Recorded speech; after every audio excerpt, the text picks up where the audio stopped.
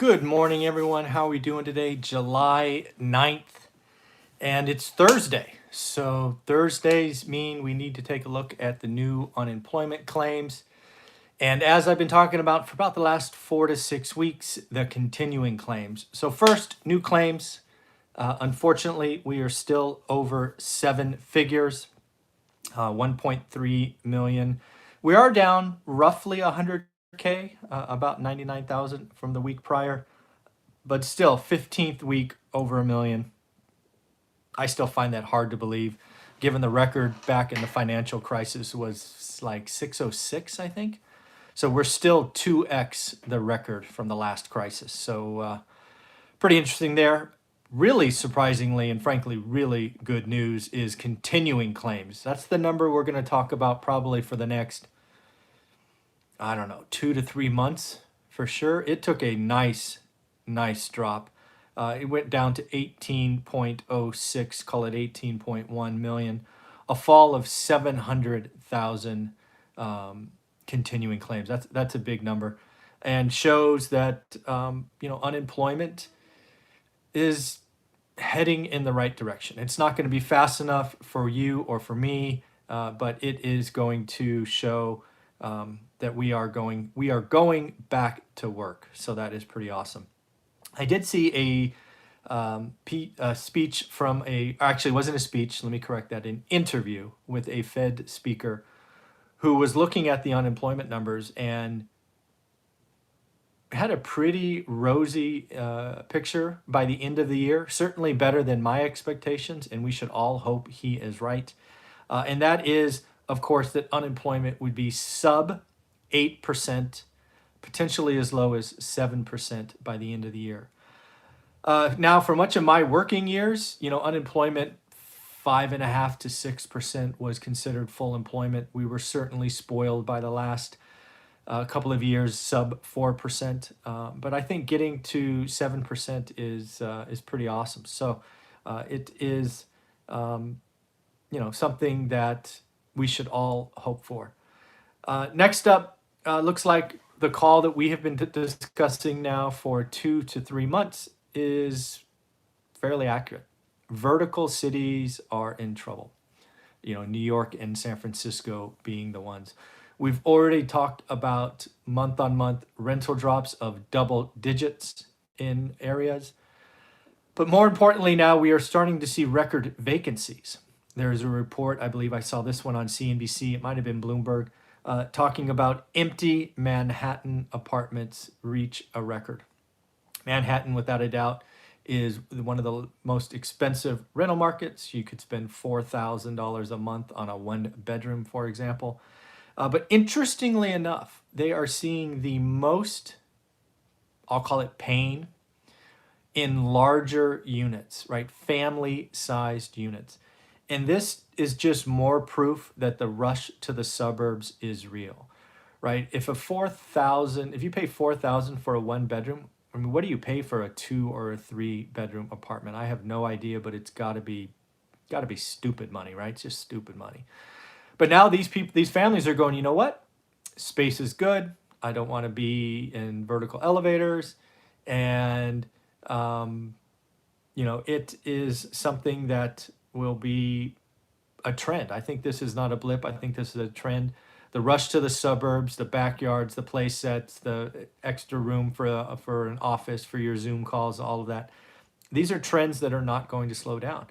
So we need to play the chessboard, right? I think it's pretty clear. Values, rental amounts, NOIs, all of that will fall in vertical cities.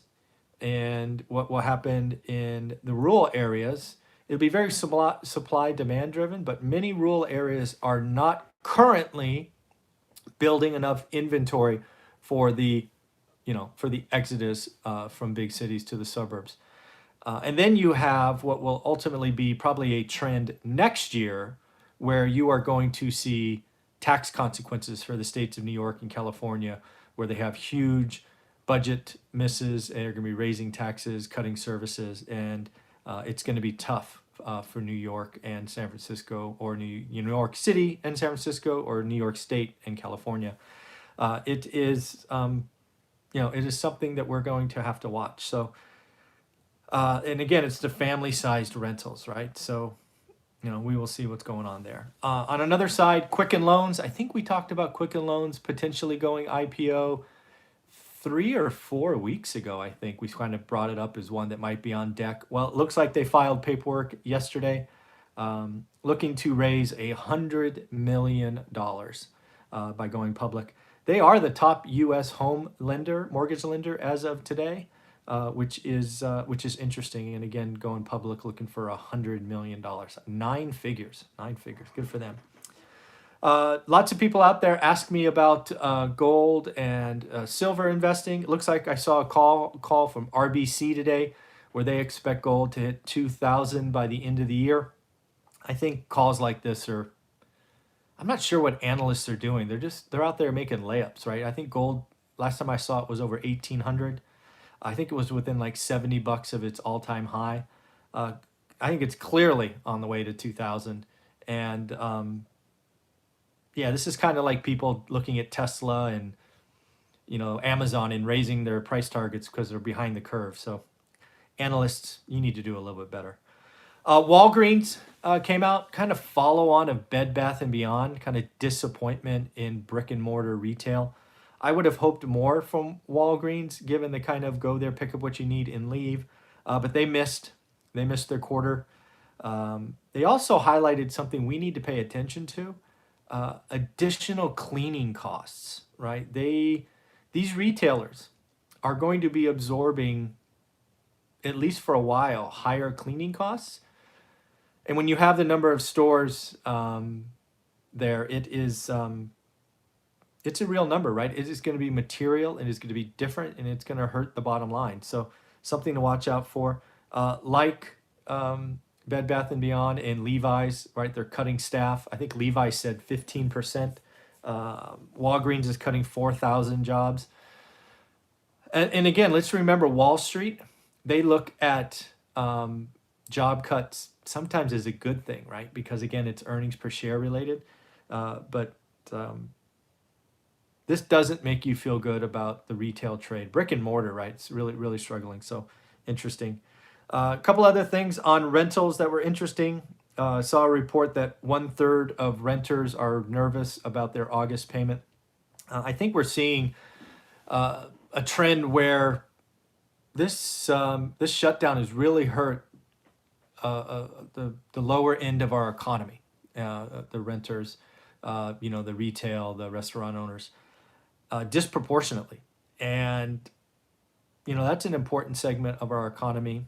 And I think there's going to be some movement on a fourth stimulus later this month.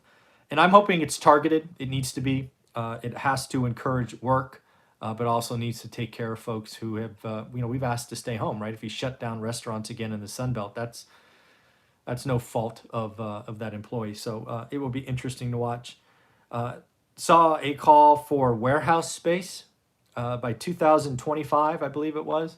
We could need another billion square feet of warehouse space, which is just mind-boggling. Very e-commerce, right? If Amazon has proved anything, it works. If this health event has proved anything, people want to order from their phones from home and have it delivered. A billion square feet, that's just a huge number. And when you look at the commercial segment, industrial, which is where warehouses would roll up, are doing the best, and frankly better than they were in January if you look at kind of the delinquency rate. So pretty interesting. And then I saw an interesting call from Morgan Stanley this morning. Cisco Systems was upgraded. Again, tech is the winner. I believe I saw NASDAQ hit an intraday high right at the open again. This bubble's getting bigger. Tech is the clear winner. It's going to be interesting to watch. Clearly, there are tech companies that are benefiting from the stay-at-home and the work-from-home trade. But at some point it becomes .com-ish in the valuations and whatnot. So it's eventually going to be a point where we got to be careful, because earnings are going to disappoint if the prices keep going up. It's just the numbers say it will. And then last thing, I want to do another review of a home builder. Taylor Mason, or I'm sorry, Taylor Mason, Taylor Morrison, the fifth largest home builder. We talked about them yesterday. I did not know them very much, but it looks like they're building in the hot spots: Arizona, Texas, Florida, three of their markets. And again, they have seen record home sales and home closings the last month. It is interesting to see how they've changed their business model, right? They realized that not enough people were having foot traffic, right? So that's a number that's been reported. But what they did is they took an opportunity to do online appointments, basically Zoom calls like this, or FaceTimes or whatever you want to call it, and they did 8,000 walkthroughs virtually.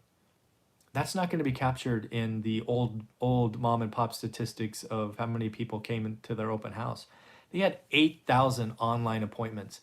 And if you're going through a new house development, that kind of makes sense, right? Nobody's lived there. You can see the model, you can see the furniture, all of those things. So kudos to Taylor Morrison for, creating lemonade out of lemons. And it'll be interesting to watch others. And really, when I look at Taylor Morrison, it's really the opposite of KB Homes.